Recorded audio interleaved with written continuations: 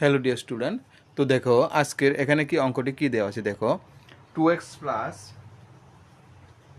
2x plus 2x plus 3 equal to 4।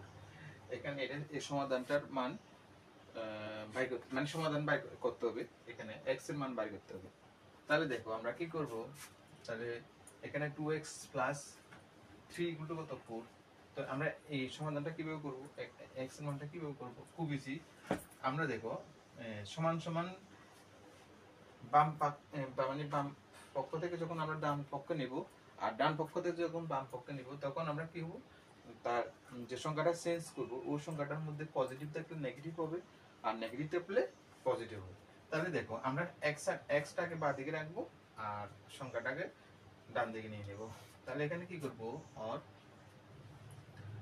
2x equal to, তাহলে এখানে plus 3টা আমি এখানে নিয়ে নেব। তাহলে এখানে কত হবে 4 মাইনাস 3। এখানে কত হবে 2x equal to 4 minus 3 or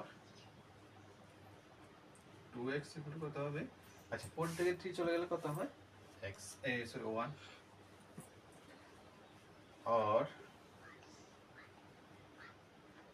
2x equal to কত পেলাম 1 পেলাম or x equal to কত হবে।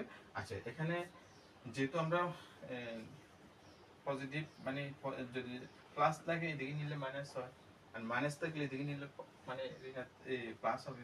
তো এখানে যেহেতু ইনটু আছে, দেখো 2 এর সঙ্গে x এর কি সম্পর্ক আছে, ইনটু অর্থাৎ গুণের সম্পর্ক আছে।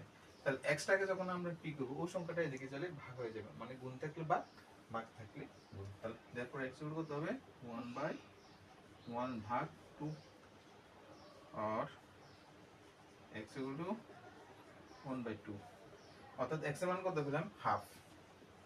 এটাই হলো x এর মান, x equal to হাফ।